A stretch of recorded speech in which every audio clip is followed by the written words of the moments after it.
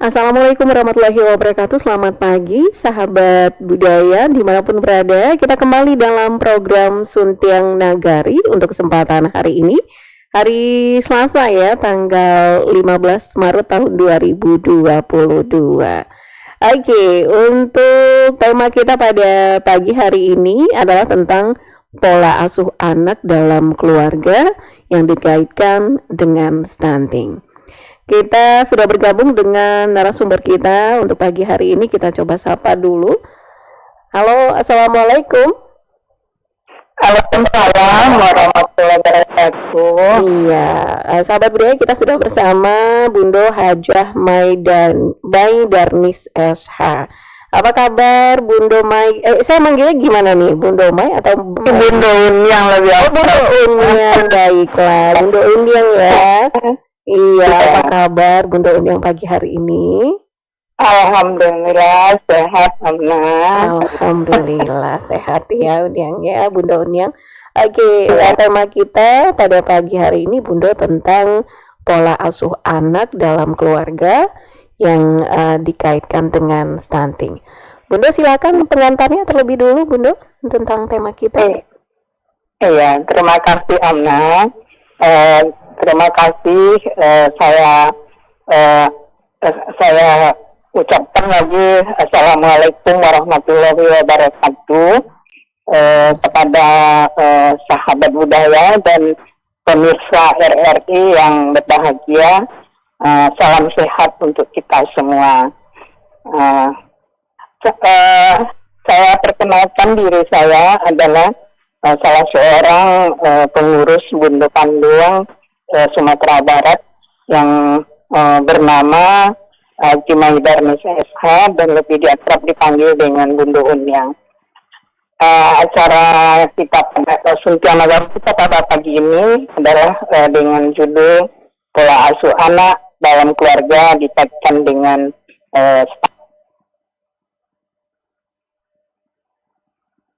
Iya. Halo.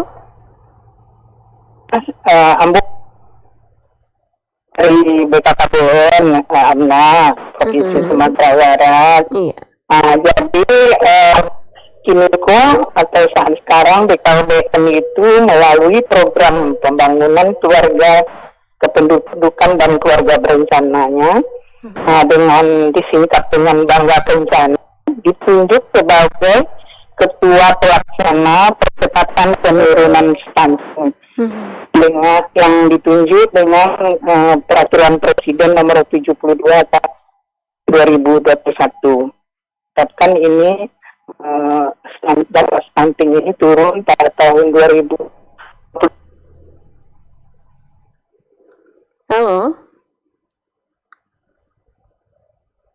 Halo Bunda Unyang. Mana persentase stunting ini untuk kita di Sumatera Barat.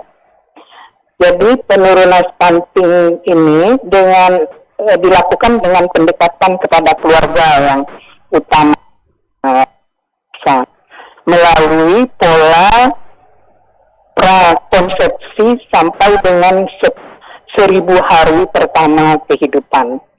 Nah, disinilah mungkin peran pola asuh anak di dalam keluarga itu bahwa seorang perempuan dan laki-laki itu harus melakukan prakonsepsi ini.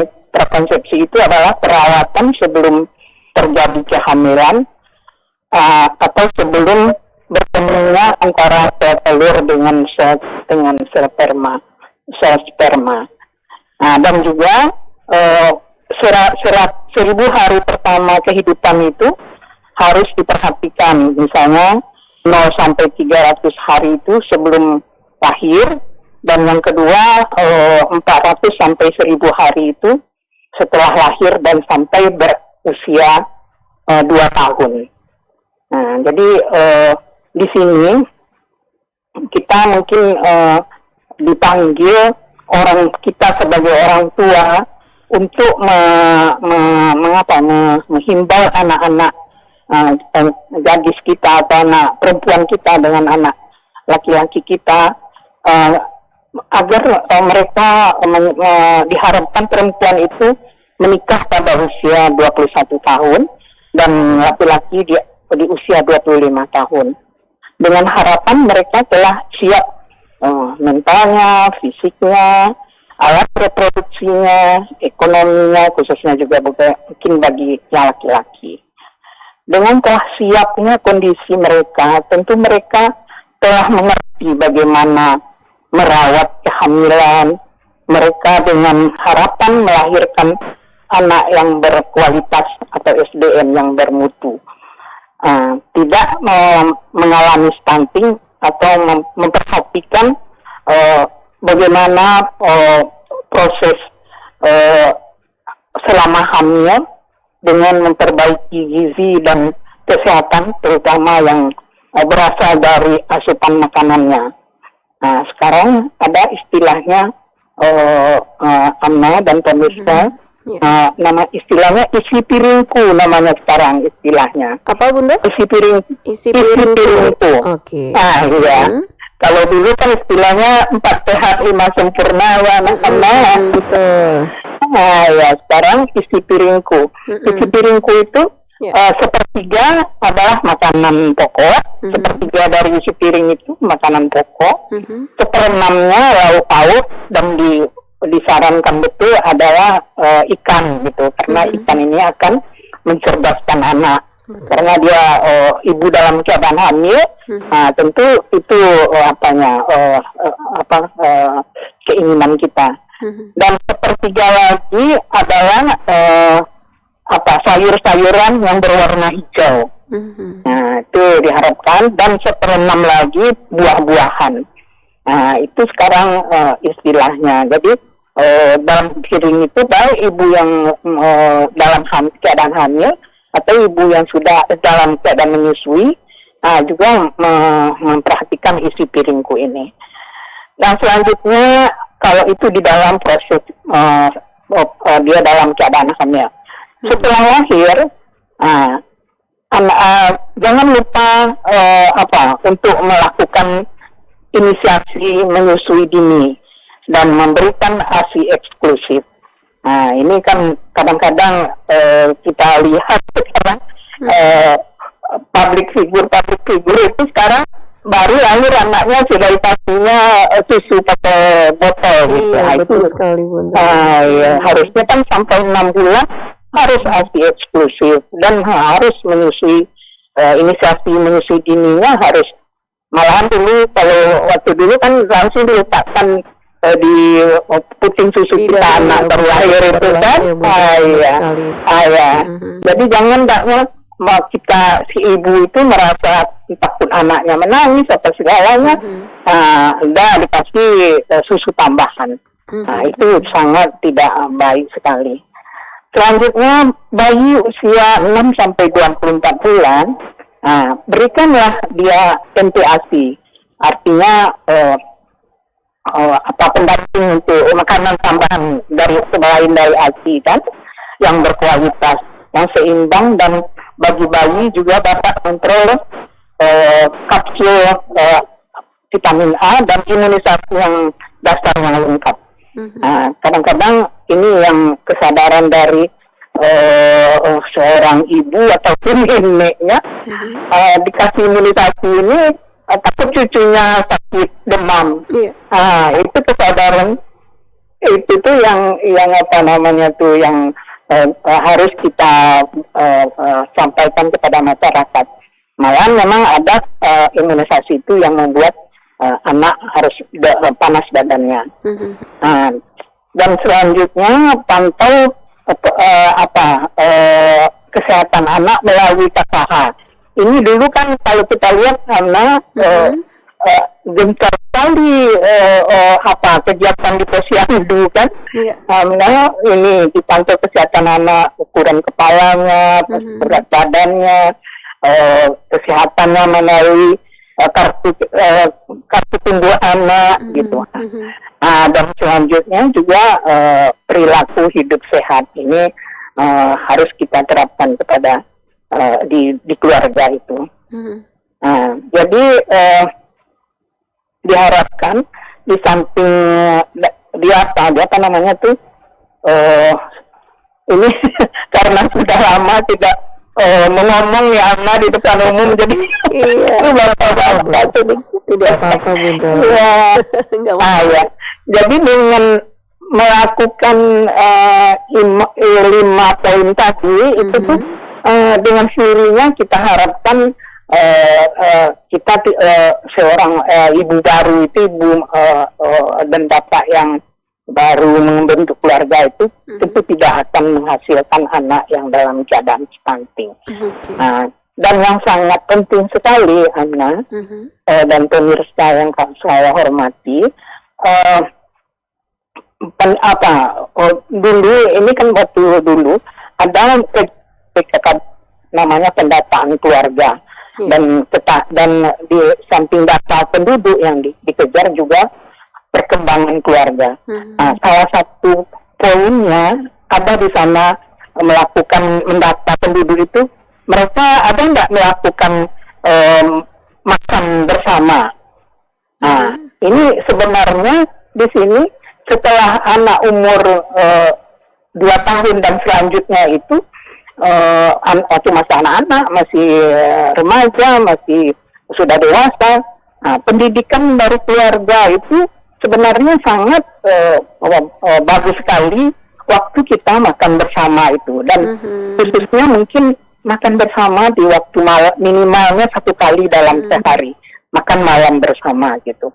Nah, ini sangat sekali kami sebagai bunda ini Amna penting sekali ini dilakukan, ini makan bersama itu, karena di sana nanti kalau di waktu anak-anak masih kecil mereka menceritakan lah bagaimana dia berkelahi atau bermain dengan teman-temannya, kebahagiaan dia bermain apa segalanya, dan sangat sangat terasa betul sekarang setelah kami punya menantu. Dulu diceritakan oleh menantu saya ini waktu dia dengan keluarganya, dengan bapak, dengan ayah dan ibunya, dia tidak pernah punya meja makan ini anak. Jadi dia makan terserah aja kemana duduk di dalam rumah itu katanya. Tidak ada kebersamaan Bunda ya. Iya, setelah masuk ke keluarga kita, dia melihat kita berbincang-bincang di atas meja itu, makan malam bersama itu sampai baru sholat maghrib, sampai menjelang sholat isya. Kita berbincang lah apa yang kita rasakan masing-masing, kita tanya anak-anak kita apa yang itu, dan termasuk juga sekarang kalau cucu ada di sini kita nanya apa tadi, dan ibu di sinilah memberikan, ibu dan bapak memberikan ayuman-ayuman bagaimana menghadapi kehidupan kita sesuai dengan, mungkin di sini pola asuh anak dalam keluarga itu pentingnya. Jadi mungkin itu saja dulu yang bisa kami sampaikan ya. Oke, Bunda, itulah hebatnya pola asuh di Minangkabau juga ya Bunda ya. Iya. Karena pola asuh di Minangkabau juga menerapkan hal yang sama. Mungkin ditambah sedikit Ana. Dulu mungkin apa namanya, kita sebagai atau ibu-ibu kita atau nenek kita dulu kurang dulu sekarang lah ya kan, mengalami dalam keadaan hamil atau dalam keadaan sudah berkeluarga itu, mungkin di sana mungkin ada rasa nyaman dari seorang ibu dalam keadaan hamil tuh, karena dulu kan kalau kita di Minang ini kan anak di bangku kemenakan di dinding, dibimbing kan. Jadi mama kita tuh bertanggung jawab juga kepada keponakannya yang dalam keadaan hamil, dalam keadaan menghadapi hidupnya gitu.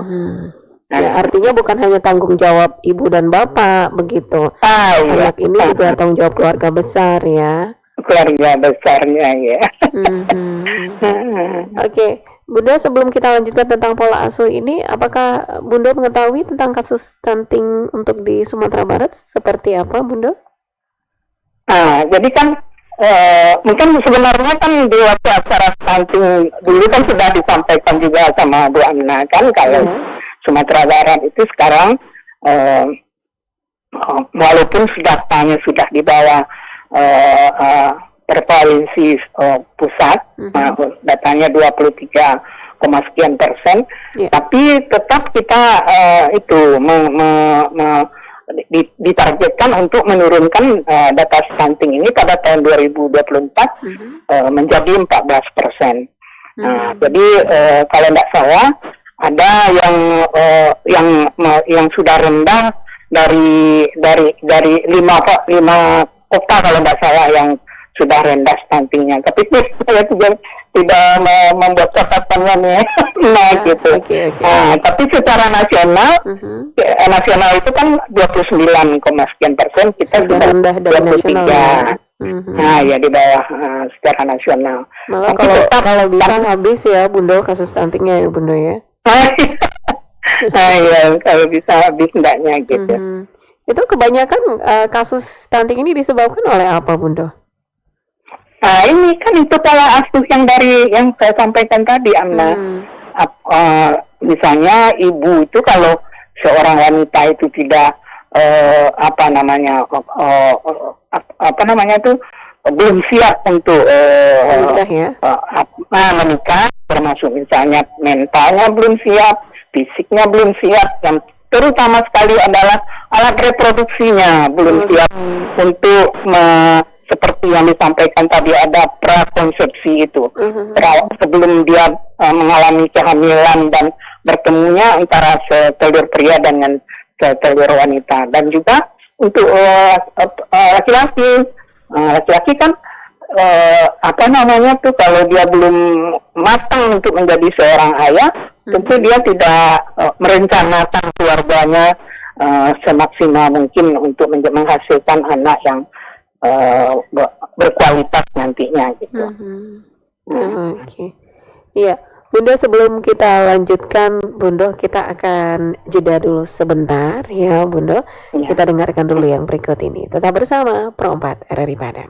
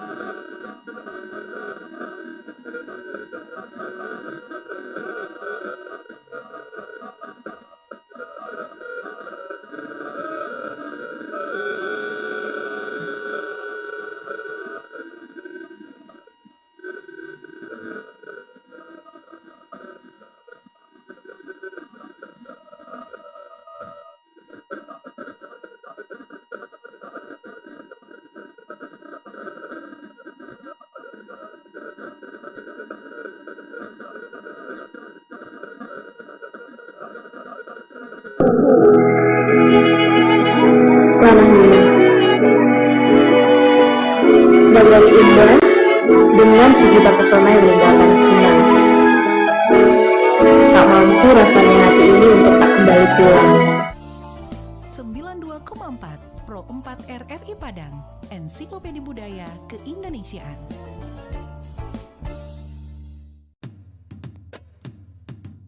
Bumi Minangkabau tidak hanya terkenal akan keelokan alam dan kenikmatan kulinernya, namun juga adat budaya yang turun-temurun terus dilestarikan. Salah satunya adalah Silek Lanyah, sebuah seni bela diri yang sudah berkembang lama di Sumatera Barat yang berasal dari Desa Wisata Kubu Gadang, Kelurahan Ekor Lubuk, Kota Padang Panjang. Pertunjukan seni ini biasanya diadakan setelah panen sawah dan di sawah yang basah atau berlumpur. Gerakan yang diperagakan dalam Silek Lanyah merupakan turunan dari gerakan silek yang ada di Minangkabau. Uniknya lagi, para pemain silek di Desa Wisata Kubu Gadang didominasi golongan muda. Meski mereka tidak sejago para tetua, pesona setiap gerakan yang ditunjukkan tetap pancarkan gelora.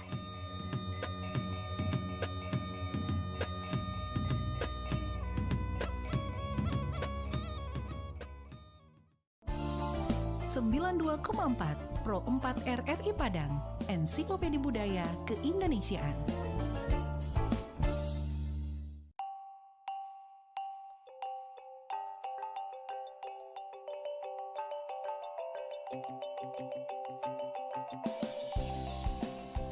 Malin Kundang, sebuah legenda yang dipercaya dulu pernah ada dan terjadi di Sumatera Barat. Malin Kundang erat sekali hubungannya dengan tradisi dan kebudayaan masyarakat di Minangkabau. Malin Kundang dan kisahnya adalah cerita yang tepat untuk memahami tentang perjuangan hidup, juga tentang bagaimana seharusnya bersikap kepada orang tua. Kita diceritakan bahwa dulu Malin Kundang, begitu dia dipanggil, seorang pemuda Minang yang tinggal dan hidup bersama ibunya. Malin sebagai laki-laki Minang pada lazimnya di masa itu, berniat untuk mendapatkan kehidupan yang lebih baik untuk dirinya dan ibunya. Malin meminta izin untuk merantau, yang sampai saat ini masih dilakukan banyak pemuda di Minangkabau. Izin merantau diperoleh, perjuangan Malin baru saja dimulai. Perjuangan yang kita tahu tidak pernah mudah. Dengan segala usaha, Malin tidak pernah menyerah. Hingga suatu saat, usahanya berbuah. Dia berhasil dengan apa yang selama ini diusahakannya. Kehidupannya pun berubah. Malin juga menjadi orang yang sangat berbeda. Dia lupa dengan niat awalnya, membuat hidupnya dan ibunya lebih baik dari sebelumnya. Tetapi Malin hari ini adalah Malin yang sudah lupa dengan ibunya. Bahkan sampai ia bertemu dengan ibunya, Malin tetap tidak mau mengakui bahwa wanita itu adalah ibunya. Hingga kita tahu ujungnya, seorang ibu yang sudah sakit hati dan seorang anak yang sudah keras hatinya menjadi pelajaran bagi kita semua. Malin Kundang dikutuk menjadi batu, dihancurkan oleh apa yang selama ini diperjuangkan. Begitulah Malin Kundang, jejaknya masih bisa ditemui hari ini. Jika berkunjung ke pantai air manis di Kota Padang, kita akan menemui batu berbentuk manusia yang dipercaya sebagai Malin yang dikutuk. Entah benar atau tidak keberadaannya, beberapa hal dari cerita. Ya, sahabat budaya dimanapun berada, kita masih di program Suntiang Nagari. Ya, untuk kesempatan pagi hari ini masih bersama narasumber kita, yaitu Bundo Uniang atau tepatnya Bundo Maidarnis ya. Halo Bundo Uniang, masih bersama kita ya? Halo? Oke. Halo Bundo Uniang. Iya. Halo Bundo Uniang, masih bersama kita Bundo Uniang? Baik, ya. Sahabat budaya, kita akan mencoba untuk terhubung kembali bersama Bundo Maidarnis pada kesempatan pagi hari ini ya. Kita akan dengarkan dulu yang satu ini. Tetap bersama Pro 4 RRI Padang.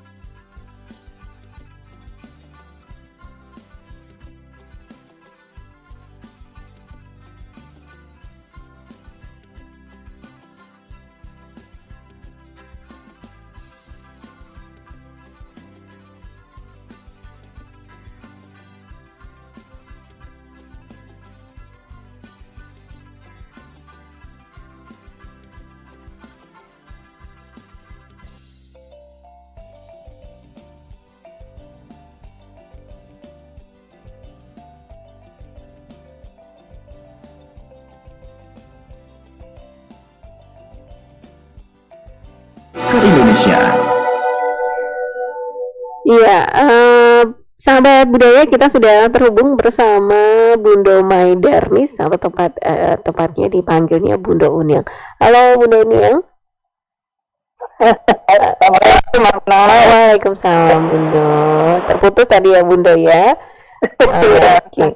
Kita lanjutkan kembali Bundo tentang tema kita pagi hari ini ya. Masih tentang pola asuh yang dikaitkan dengan stunting. Bunda, selain faktor pola asuh, kemudian juga gizi buruk tepatnya ya, apakah ada faktor lain Bunda yang menyebabkan stunting ini terhadap anak?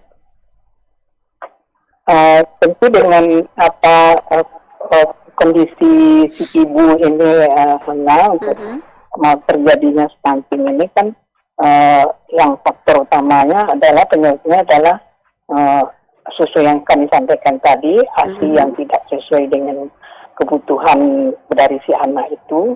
Nah, yang kedua kurangnya asupan gizi dari si ibu yang dalam keadaan hamil, dalam keadaan juga menyusui, dan termasuk juga anak setelah lahir, bagaimana keluarga baru itu untuk mengasuh anaknya itu dengan baik, juga termasuk itu pola asuh orang tua. Ini mungkin dapat juga kita lihat mungkin dalam keadaan sekarang, misalnya si ibu dan si bapak ini sudah sibuk dengan pekerjaan, anak ditinggalkan di rumah dengan yang membantunya atau yang menolongnya. Tentu dengan sendirinya nanti anak itu adalah bukan hasil didikan daripada ibunya itu gitu. Itu rasanya anak-anak gitu. Oke, Bunda, kita ke WA ya Bunda di 081166000940. Ini sudah ada masuk di WhatsApp kita. Ini dari Sultan Sati di Simpang Ampe. Nah, anak-anak kini banyak nan indah mandapean asuhan nan elok dari urang gaeknyo. Nah, kemudian sudah dilayakan batinggakan sajo jo pengasuh di rumah. Kadang jo parangai anak indak batuah dek ditinggalkan jo pengasuhannya. Oke, ini dari Sultan Sati di Simpang Ampe. Silakan pendapatnya Bunda. Ya bersamaan lah dengan yang tadi saya sampaikan tadi kan ya. Jadi walaupun anak sudah kita beri asupan ASI yang lengkap atau gizi yang lengkap, jadi pola asuh anak itu juga harus kita perhatikan. Jangan diserahkan saja kepada orang yang merawatnya, sementara si ibu dan si bapak sudah pergi mencari kehidupan pula. Jadi kalau sekarang kita lihat ini anak-anak sekarang, kebetulan kami ini anak kami pemirsa dan anak, ya mereka lebih memutuskan istrinya itu di rumah, karena mereka sudah berpemikiran untuk menghasilkan anak yang berkualitas. Contohnya sekarang ya, saya menantu saya ini menjelang, kebetulan saya dulu bekerja di BKKBN, menjelang dia masuk ke keluarga meminang anak saya, dia sudah mengatakan kepada kami berdua gitu, mama, papa, nanti Ami, ini kebetulan lagi namanya, memang nggak boleh bekerja sama Dedi, sama anak, sementara anak kita sudah cepat kelihatan kan anak, tapi dijawab sama bapaknya, kita kan sudah ijab kabul, terberat kepada Dedi mau dia istri Dedi boleh bekerja kan, jadi sekarang memang kalau kami lihat sekarang pola pikir keluarga baru sekarang sudah marah-marah ke situ, dia tidak mau lagi istrinya bekerja, karena kalau sesuai dengan agama kita kan rezeki itu tidak akan itu berpindah. Kalau kita dulu bekerja sama suami kita, rezeki kita itu tetap satu sebenarnya kan. Iya. Walaupun dua-duanya bekerja itu pasti tetap satu ya Bunda ya. Ini termasuk Ramna tuh kan. Jadi anak-anak sekarang sudah berpikir begitu dia, jadi walaupun itu tuh jadi panutan juga bagi kita sekarang sebagai orang tua yang sudah pensiunan, kita lihat anak kita tuh dia enjoy menghadapi anak-anaknya, mendidik anaknya, dia enjoy di rumah saja.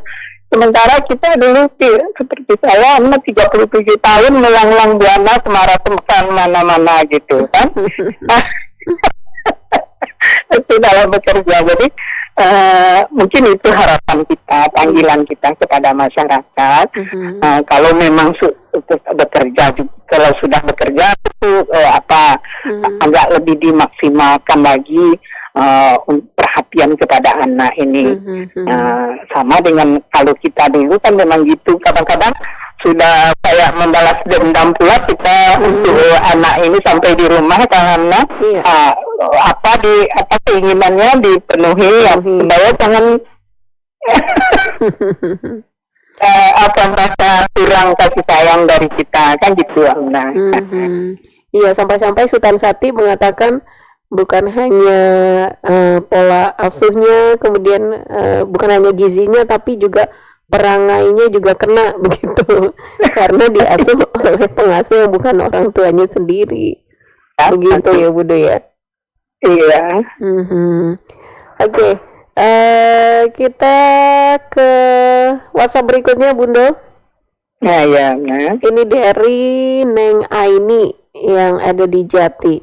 Jadi Neng Aini ini orang Sunda nih Bunda, tapi setia dengan program kita, dan dia ingin mengetahui seperti apa budaya di Minangkabau begitu. Oke, Assalamualaikum Bunda. Mudah-mudahan Bunda sehat terus. Yang ingin saya tanyakan, sebenarnya pola asuh di Minangkabau itu seperti apa Bunda? Saya ingin mengetahui. Terima kasih Bunda. Oke, silakan Bunda. Ini pola asuh di Minangkabau. Terima kasih Neng Asti yang di Jati ya. Neng Aini Bunda. Neng Aini Iya, di Jati. di Jati. Iya. Oke. Sampaikan juga tadi, kalau ibu atau nenek kita sudah berkeluarga itu atau sudah menikah dengan suaminya, jadi ada merasa nyaman dalam keadaan hamil karena tidak suaminya aja yang bertanggung jawab dengan keadaan dia hamil itu. Jadi walaupun istilahnya dulu kata orang tuh, kata nenek-nenek kita, suami kita tuh malahan diisi uang sakunya setiap hari balai, ada gitu istilahnya kan. Betul. Ya, jadi mama itu mengisi saku orang Sumandonya tuh setiap hari balai. Jadi dengan sendirinya si ibu yang dalam keadaan hamil itu kan ini sekarang kan terjadi stunting itu kan mulai dari keadaan hamil gitu kan. Dari hamilnya itu mulai terjadi pertumbuhan anak yang tidak lengkap, misalnya dia lahir beratnya di bawah 2,5, sudah tuh panjangnya di bawah 40 berapa tuh 40 ada sebentar. Ya, nah jadi ini mungkin yang menyebabkan Minangkabau itu dulu dari zaman dulu itu seorang ibu itu sudah menempuh berkeluarga itu dia merasa nyaman aja. Nah, tapi sekarang kalau kita lihat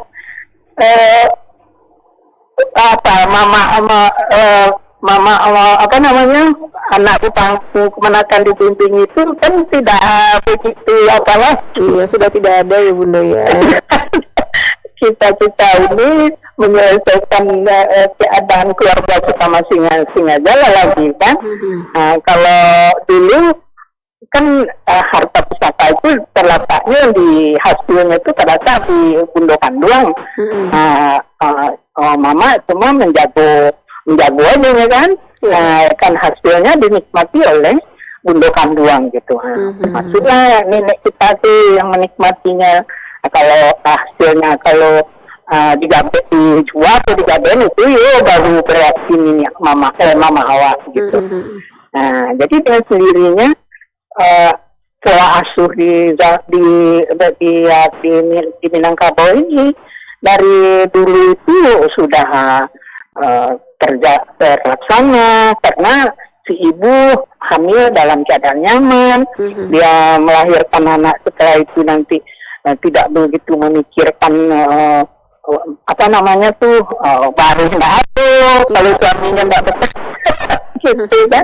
Kalau sekarang kan semuanya kita pikirkan di zaman kita aja ya, ibu ambo misalnya gitu, kita harus bekerja meninggalkan anak dengan orang lain, gitu.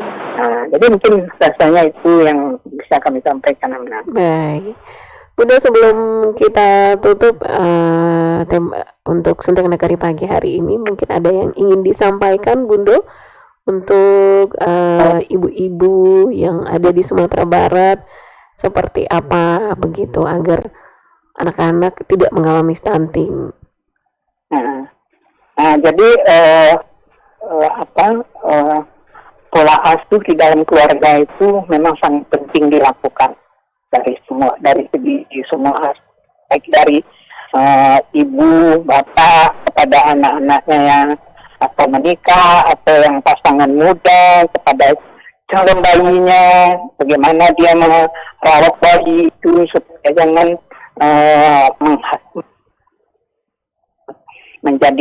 mendapatkan anak nanti sudah lahir dalam keadaan stunting. Jadi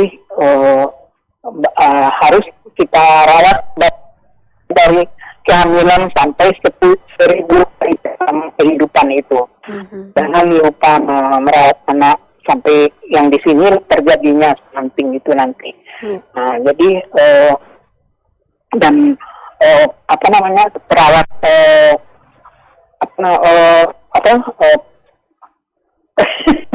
Oke. Cara pola asuh itu tidak akan putus, Ya. terus akan berlanjut seterusnya. Betul. Pola asuh di dalam keluarga itu tidak akan putus. Nah, dari misalnya dari nenek kepada anaknya, dari ibu kepada anaknya, berlanjut terus sampai anak sudah dewasa gitu. Baik. Oke Bunda, terima kasih banyak Bunda waktunya di Suntiang Negari untuk kesempatan pagi hari ini. Mudah-mudahan bermanfaat ya untuk kita semua tentunya. Baik, sehat-sehat terus ya Bunda ya. Amin, amin. Maaf anak-anak terputus-putus. Tidak apa-apa Bunda. Sudah banyak nih ilmu yang Bunda berikan untuk kita semua. Terima kasih Bunda. Assalamualaikum. Waalaikumsalam warahmatullahi wabarakatuh. Iya, sahabat budaya dimanapun berada, demikian tadi Suntiang Nagari kita untuk kesempatan pagi hari ini ya bersama Hajah Maidarnis SH. Dan yang pasti Suntiang Nagari akan hadir kembali minggu depan di waktu yang sama dengan tema yang berbeda tentunya. Terima kasih, selamat pagi. Assalamualaikum warahmatullahi wabarakatuh.